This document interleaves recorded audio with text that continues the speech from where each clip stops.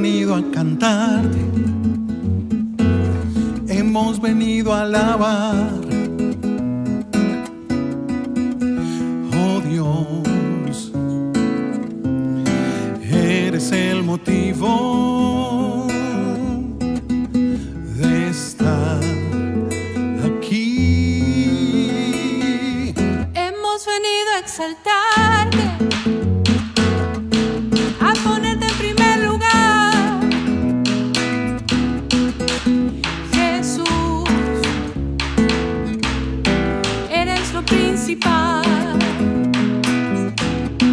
en este lugar. Hemos venido a adorarte,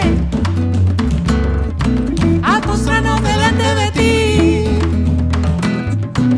Espíritu Santo, recibe nuestra ofrenda. Te damos gloria, Gloria, te damos honra, honra, te damos el honor, solo a ti. Te damos gloria, gloria, te damos honra, honra. te damos el honor, solo a ti. Hemos venido a cantarte, hemos venido a alabar. Oh Dios, eres el motivo de estar aquí. Hemos venido a exaltarte, a ponerte en primer lugar. Jesús, eres lo principal en este lugar. Hemos venido a adorarte, a postrarnos delante de ti. Espíritu Santo, recibe nuestra ofrenda. Te damos gloria, Gloria, te damos honra, honra. te damos el honor, solo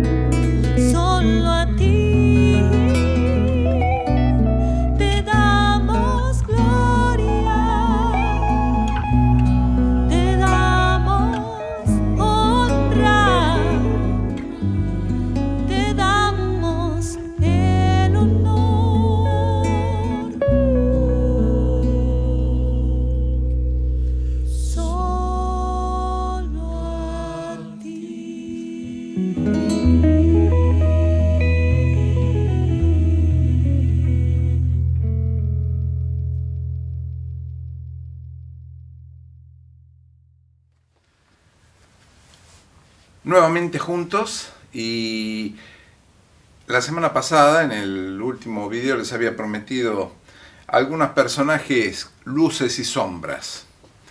Y lo primero que quiero ver con ustedes es los discípulos del Señor Jesús. Y ustedes saben que el Señor tomó a 12 discípulos, tuvo muchos, porque ustedes se acuerdan que envió a los 70 de a dos en dos a predicar con ciertas condiciones, que no tenían que entrar si no los recibían, y sin bolsa, sin alforja, sin espada.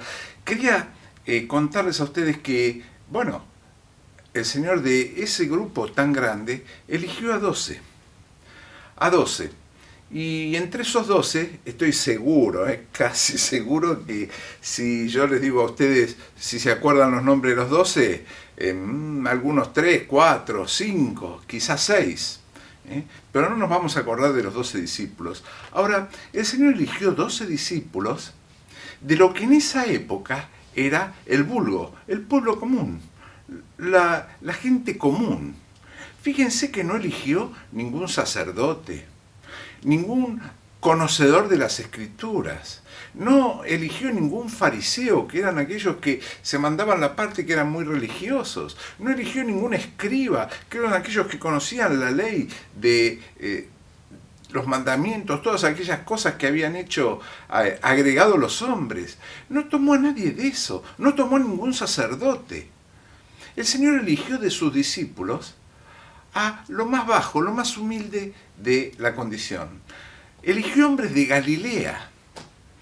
En esa época había 3 provincias conocidas que eran Galilea, Samaria, que eran despreciados porque se habían mezclado su pueblo con los orientales, los de Media y Persia, y también Judea. Entonces tenemos en Galilea, Samaria, Judea, Perea e Idumea del otro lado del Jordán y del Mar Muerto. Pero el Señor toma a sus discípulos de Galilea, aquella provincia que era casi, no de segunda, pero no era como Judea, que eran aquellos que se consideraban los patrones, los dueños de la verdad religiosa. Y el Señor toma a 12 discípulos de Galilea, gente común y cualquiera. Hay un escritor que dice, eligió a los comunes y corrientes. Eligió, yo creo que más bajo que eso, eligió a pescadores, hombres rudimentarios, eligió un cobrador de impuestos, uno que la gente casi lo odiaba, hoy también, no ha variado mucho, lo odiaba, ¿no? Entonces eligió a hermanos, eligió gente que no tenía casi ningún conocimiento religioso. Quizás Juan, que venía de una familia un poco mejor, tenía conocimiento de algo de la palabra, y Jacobo, su hermano, pero el Señor eligió gente para educarlos, para enseñarles, gente como usted y como yo, que nacimos sin saber absolutamente nada de las cosas de Dios, gente que, como nosotros, que nos vamos haciendo con el conocimiento de lo que dice la palabra de Dios, y a prueba y error, o como dije la reunión pasada, luces y sombras. Y esto quiero ver con ustedes, estas luces y estas sombras de los discípulos. Y los voy a invitar a leer a Mateo, en el Evangelio según Mateo, capítulo 18, del versículo 1 al 4. El Señor había estado con Pedro, Jacobo y Juan en la transfiguración. Y habían venido ahí Moisés y Elías. Y Pedro dice, hagamos unas enramadas para que se queden, no sabiendo lo que decía, dice la palabra de Dios. Pero ellos 3 tienen una experiencia extraordinaria. Y eso quizás generó en sus compañeros, en los otros 9, un cierto celo, cierta envidia. Aparte, después el Señor dice, es necesario que yo muera. El Señor dice, Jesús le dijo, el Hijo del Hombre será entregado en manos de hombres y le matarán, mas al tercer día resucitará. ¿Y qué pensaron ellos? Pensaron que el Señor iba a resucitar al tercer día e iba a establecer su reino en la tierra. Y el evangelista Marcos nos cuenta que camino en Capernaum iban discutiendo entre ellos qué puesto iban a tener en el reino del Señor. Habían malinterpretado todo. Pero vamos a leer Mateo 18, del 1 al 4. Dice: en aquel tiempo los discípulos vinieron a Jesús diciendo: ¿quién es el mayor en el reino de los cielos? Y llamando Jesús a un niño, lo puso en medio de ellos y dijo: de cierto os digo, que si no os volvéis y os hacéis como niños, no entraréis en el reino de los cielos. Así que cualquiera que se humille como este niño, ese es el mayor en el reino de los cielos. Y cualquiera que reciba en mi nombre a un niño como este, a mí me recibe. Hasta aquí la lectura de la palabra de Dios. Los apóstoles estaban peleando entre ellos a ver quién iba a ser el mayor en el reino de los cielos. Habían malinterpretado eso de que el Señor había dicho: al tercer día resucitaré. Primero se entristecieron, pero después dijeron: bueno, cuando resucite, establecerá su reino aquí en la tierra. Error. Y pensaban humanamente, terrenalmente, como casi siempre pensamos usted y yo. Nos aferramos a las cosas de este mundo, pensando que va a ser eterno. Nos aferramos a hacer, a tratar de tener un reconocimiento, tratar de tener una buena posición, tratar de tener prestigio, autoridad, dinero, todas cosas lícitas, todas cosas permitidas. Pero nos aferramos a las cosas de este mundo. Y el Señor dijo en Mateo capítulo 6, dice: no pueden servir a dos señores, porque van a amar al uno y van a aborrecer al otro. Y quizá la pregunta en este día sería: ¿a qué Señor servís? ¿A qué Señor servís? ¿Detrás de qué futuro estás? ¿Detrás de qué ansiedad? ¿Detrás de qué reconocimiento? ¿Detrás de qué buena posición? ¿Detrás de qué idea? ¿De qué proyecto estás? No podés servir a dos señores. Y el Señor, cuando sus discípulos le dicen: ¿quién va a ser el mayor en el reino de los cielos? Seguramente estaban pensando: somos 12, como las 12 tribus. Las 12 tribus de Israel. Dios nos va a poner, el Señor nos va a poner a cada uno al mandato de algo. Habían pensado un reino y se estaban discutiendo entre ellos. A ver, no, yo soy mejor que vos, yo manejo mejor esto, Y el Señor conocía sus pensamientos, como conoce tu pensamiento y como conoce el mío. Y Marcos nos dice que cuando estaban en Capernaum, el Señor los para y dice: ¿qué era lo que venían discutiendo en el camino? Y venían discutiendo esto: ¿quién era el mayor en el reino de los cielos? ¿Quién era el mayor? Y el Señor les demuestra que la grandeza en el reino de los cielos es ser como un niño. ¿Cómo? ¿Cómo podemos hacer? ¿Qué hace el Señor? Dice: y llamando Jesús a un niño, lo puso en medio de ellos. A veces todos los afanes de este mundo nos ciegan nuestra vida espiritual. Y el Señor tiene que parar la pelota, como diríamos en esta época de Eurocopa, de Copa América. Para la pelota y dice: no, un momentito. ¿Ustedes quieren saber cómo es el mayor? Llama a un niño. Y lo trae en medio de ellos. ¿Y este niño qué hace? Obedece. El Señor lo llama y obedece. Me hace acordar a mis nietos. Cuando eran chiquitos había una pared al lado de la iglesia, en la casa al lado de la iglesia, una pared de aproximadamente 1,5 metros de alto, una saliente en la pared. Y yo al salir de la iglesia los agarraba chiquititos, los ponía en esa saliente y decía: bueno, tírate. ¿Qué hacían mis nietos? Lorenzo, Fabricio, se tiraban y yo los agarraba. Cuando mi nieto mayor, Lorenzo, tenía 8 años, 9, lo subo con esfuerzo ahí arriba de esa pared y digo: tírate, Lorenzo. Y Lorenzo, que ya empezaba a decir: Abu, ¿Me vas a poder agarrar? Mirá que peso mucho. No te voy a lastimar. Tenés cuidado, a ver si todavía me tiro. Y empezó a cuestionar lo que yo le pedía. Y nosotros muchas veces hacemos así. En vez de tirarnos a los brazos de nuestro Señor, empezamos a cuestionar y a ver nuestra mirada por nuestra mirada antes que la de Dios. Si no os volvéis como niños. ¿Y qué fue lo que hizo este niño? El Señor lo llamó y él vino. Obedeció.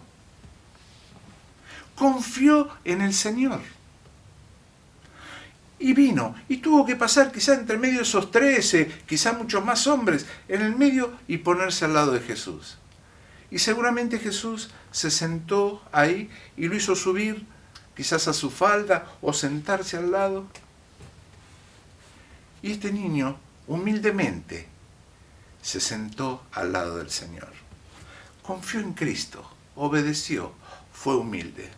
Y ese es el ejemplo que quiere el Señor de nosotros. ¿Querés grandeza? Tenés que ser humilde. Tenés que ser como un niño. Tenés que tener confianza en Cristo. Porque la palabra de Dios dice que cada uno hemos de tener nuestra recompensa en el cielo. Pero no debemos vivir pensando qué recompensa será la mía si es mayor que la de mi hermano, será mejor que aquella, será en qué lugar me pondrá Dios. Debemos vivir humildemente, con un carácter humilde, dependiente y obedeciendo a la voz de Dios. La grandeza en el reino de los cielos se mide en si sos capaz de ser como un niño. Y a veces en las discusiones, ¿quién no tiene discusiones en su matrimonio, su vida? Tratamos siempre de tener razón, de que nuestro punto de vista sea el más claro y el que se imponga. ¿Cuántas veces queremos hacer nuestros proyectos y nos olvidamos de lo que la palabra de Dios dice? En el matrimonio, cuando dice el amor, todo lo perdona, todo lo cubre. El amor no es jactancioso, el amor es humilde. 1 Corintios 13, en los matrimonios, ¿cuántas veces nos olvidamos de eso?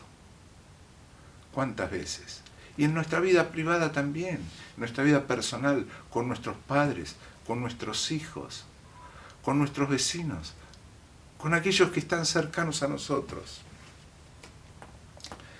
Cuando este niño se pone en el medio, el Señor dice: de cierto os digo que si no os volvéis y hacéis como niños, no entraréis en el reino de los cielos.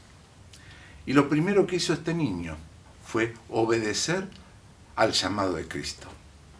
Y en este día, Cristo te está llamando, te está diciendo: vení, yo quiero que entres conmigo, que vengas a mi presencia, quiero perdonar tu pecado, quiero hacerte una hija, un hijo de Dios, quiero darte un nuevo sentido a la vida. Cristo te está llamando, todavía es el tiempo aceptable, todavía es el tiempo que hay salvación y Cristo te está llamando. ¿No querés obedecer como hizo ese chico? Tener la fe de un niño, tener la fe de ese nieto que se tiraba y yo lo podía agarrar. Tener la fe de ese niño que te da la mano para cruzar la calle, porque lo vas a hacer cruzar cuando no venga ningún vehículo. ¿Tenés esa fe? Podés decirle a Dios: Señor, te entrego mi vida, te la doy. Señor, quiero ser como un niño en tus manos. Cuando nosotros podemos tener la fe de un niño, la grandeza de Dios se hace patente en nuestra vida. Y el Señor que dice: cualquiera que se humille como este niño. ¿Qué significaba que se humille?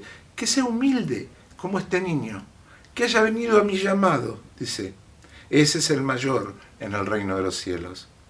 Y cualquiera que reciba en mi nombre a un niño como este, a mí me recibe. Está hablando de la recompensa de Dios ante nuestro carácter humilde, ante nuestras acciones, ante la niñez también. Miren, el Señor nos dio tantos ejemplos de humildad, de poder y de amor sobrenatural que nosotros debemos imitarlo. ¿Qué ejemplo cuando Él estaba en la cruz decía, Padre, perdónalos porque no saben lo que hacen? Él encontró una disculpa para aquellos que le estaban castigando, escupiendo, clavando en una cruz. Perdónalos, no saben lo que hacen. ¿Qué actitud la de Cristo? Y esa es la actitud que cada uno de nosotros debemos copiar, debemos tratar de llegar. Y el primer paso es aceptar el llamado de Cristo, convertirse, decir, Señor, dejo todo lo que está atrás, quiero seguirte.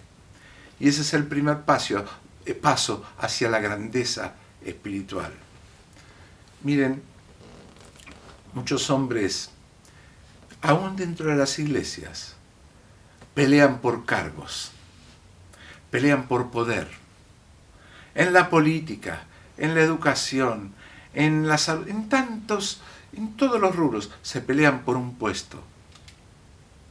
Y el Señor dice lo contrario, dice, humíllate, sé humilde, yo me encargo, yo te tomo de la mano.